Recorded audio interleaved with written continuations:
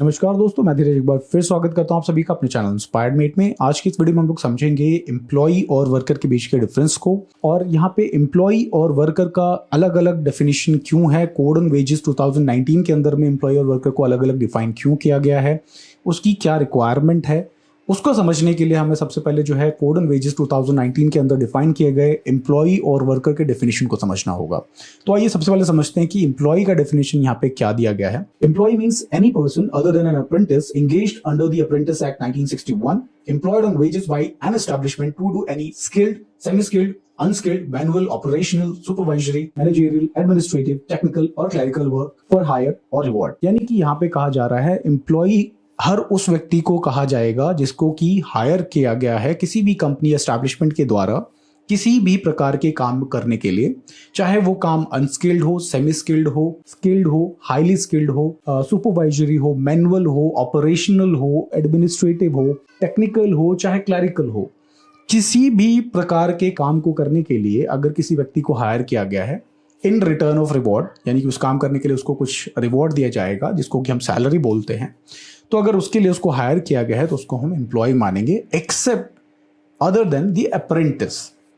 Apprentice जो कि define किया गया अप्रेंटिस एक्ट 1961, अप्रेंटिस के अलावा हर उस व्यक्ति को जिसको कि हायर किया गया है किसी भी कंपनी एस्टैब्लिशमेंट के द्वारा किसी भी काम को करने के लिए in return of reward, in return of salary, उसको हम एम्प्लॉय मानेंगे। आगे और बताते हैं यहाँ पे, whether the terms of employment be expressed or implied and also includes a person declared to be an employee by the appropriate government but does not include any member of the armed forces of the union।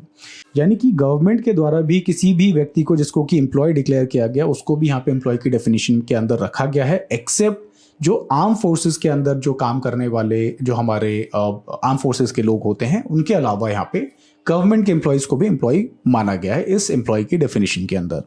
तो यानी कि employ की definition simple है, हर एक व्यक्ति को employ कहा गया है जिसको कि किसी भी कंपनी के अंदर किसी भी प्रकार के काम करने के लिए हायर किया गया हो, चाहे वो अनस्किल्ड हो, अनस्किल्ड से लेके हाईली स्किल्ड तक, चाहे क्लरिकल हो, सुपरवाइजरी हो, एडमिनिस्ट्रेटिव हो, किसी भी प्रकार के काम करने के लिए हायर किया गया है in return of any reward, salary, उसको एम्प्लॉय माना गया है। अब समझते हैं वर्कर की डेफिनेशन को। Worker means any person again except an apprentice as defined under clause AA of section 2 of apprentice act 1961 employed in any industry to do any manual, unskilled, skilled, technical, operational, clerical, supervisory work for hire और reward. तो यहाँ पे पहले हम इस para को समझ लेते हैं।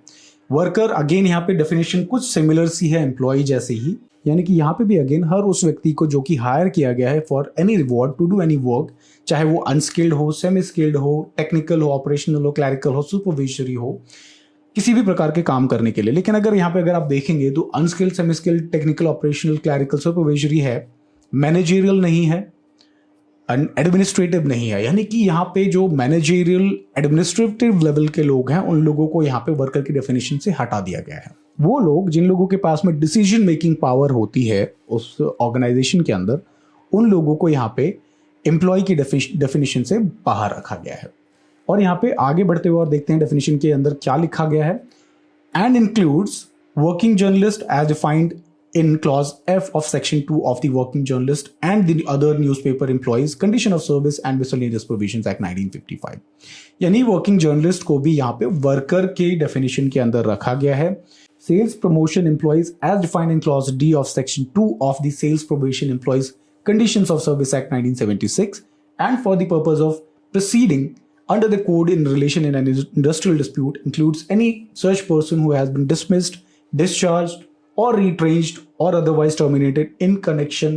with or consequence of that dispute or whose dismissal, discharge or retrenchment has led to that dispute। Working journalist के अलावा यहाँ पे सेल्स प्रमोशन एम्प्लॉइज जो कि डिफाइन किया गया है under sales promotion employees conditions of services act 1976 के अंदर, किसी भी इंडस्ट्रियल डिस्प्यूट के केस में अगर किसी भी एम्प्लॉई को डिसमिस किया गया है, डिस्चार्ज किया गया है, रिट्रेंच किया गया और अदरवाइज टर्मिनेट किया गया है, यानी कि कोई भी डिस्प्यूट की वजह से अगर किसी एम्प्लॉई को रिट्रेंच किया गया है, डिसमिस किया गया, डिस्चार्ज किया गया है, तो उस केस में उस डिस्चार्ज्ड व्यक्ति को भी, डिसमिस्ड व्यक्ति को भी एम्प्लॉई की डेफिनेशन के अंदर रखा गया है। आगे यहाँ पे और बताता है, but does not include any such person who is subjected to the air force act 1950 और द आर्मी एक्ट 1950 और द नेवी एक्ट 1950। यानी कि यहाँ पे एयरफोर्स, आर्मी और नेवी तीनों को वर्कर की कैटेगरी से बाहर रखा गया है। यहाँ पे पुलिस सर्विस के अंदर काम करने वाले पुलिसमैन को भी वर्कर की कैटेगरी से बाहर रखा गया है। और एम्प्लॉय जो कि एज एन ऑफिसर अपॉइंट किया गया है किसी भी प्रिजन के अंदर में, और who is employed mainly in a managerial और administrative capacity। पहले एम्प्लॉय की डेफिनेशन में जो है मैनेजर और एडमिनिस्ट्रेटिव कैपेसिटी के लोगों को भी एम्प्लॉय की डेफिनेशन के अंदर रखा गया था, लेकिन यहाँ वर्कर की डेफिनेशन के अंदर मैनेजरियल और एडमिनिस्ट्रेटिव कैपेसिटी को एक्सक्लूड कर दिया गया, यानी कि मैनेजर्स या एडमिनिस्ट्रेटिव लेवल के जो लोग हैं वो वर्कर की डेफिनेशन के अंदर नहीं आते हैं। और आगे और है, और किसको नहीं वर्कर माना जाएगा,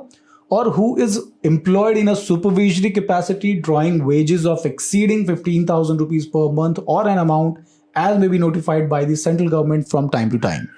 यानी कि अगर आप देखेंगे तो इनिशियली यहाँ पे वर्कर के डेफिनेशन में यहाँ पे सुपरवाइजर को भी वर्कर की डेफिनेशन के अंदर रखा गया है, लेकिन अगर किसी सुपरवाइजर की सैलरी वेजेस जो है 15,000 रुपए महीने से ज्यादा होगी तो वो भी यहाँ पे वर्कर की डेफिनेशन से बाहर हो जाएगा। सुपरवाइजर्स वर्कर की डेफिनेशन के अंदर तभी तक आएंगे जब तक कि उनकी सैलरी 15,000 रुपए तक है, यानी 15,000 रुपए या उससे कम है तो वो वर्कर की डेफिनेशन के अंदर आएंगे। लेकिन अगर किसी सुपरवाइजर की सैलरी 15,000 से ऊपर चली जाती है तो वो वर्कर की कैटेगरी से बाहर हो जाएंगे। सो गाइज, एम्प्लॉय और वर्कर के बीच का डिफरेंस बहुत ही लॉजिकल है, यानी कि एक एम्प्लॉय की डेफिनेशन के अंदर हर वर्कर आएगा, लेकिन वर्कर की डेफिनेशन के अंदर एम्प्लॉयज नहीं आ सकते। हर एक वर्कर एम्प्लॉय है, लेकिन हर एक एम्प्लॉय वर्कर नहीं है। एम्प्लॉय की डेफिनेशन में हर एक वर्कर की कैटेगरी भी आ रही है, चाहे वो अनस्किल्ड हो, सेमी स्किल्ड हो, हाईली स्किल्ड हो, सुपरविजरी हो, क्लरिकल हो, टेक्निकल हो, एडमिनिस्ट्रेटिव हो, हर कैटेगरी, मैनेजरियल हो, हर एक कैटेगरी आ रही है। लेकिन वर्कर की डेफिनेशन के अंदर मैनेजरियल, एडमिनिस्ट्रेटिव को एक्सक्लूड किया गया है। सुपरवाइजरी भी तभी तक वैलिड है जब तक कि उसकी किसी सुपरवाइजर की जो मंथली वेजेस है वो 15,000 रुपए तक हो। तो यही है डिफरेंस वर्कर और एम्प्लॉय के बीच का। Alright, thank you so much for watching this video guys, have a good day, bye bye.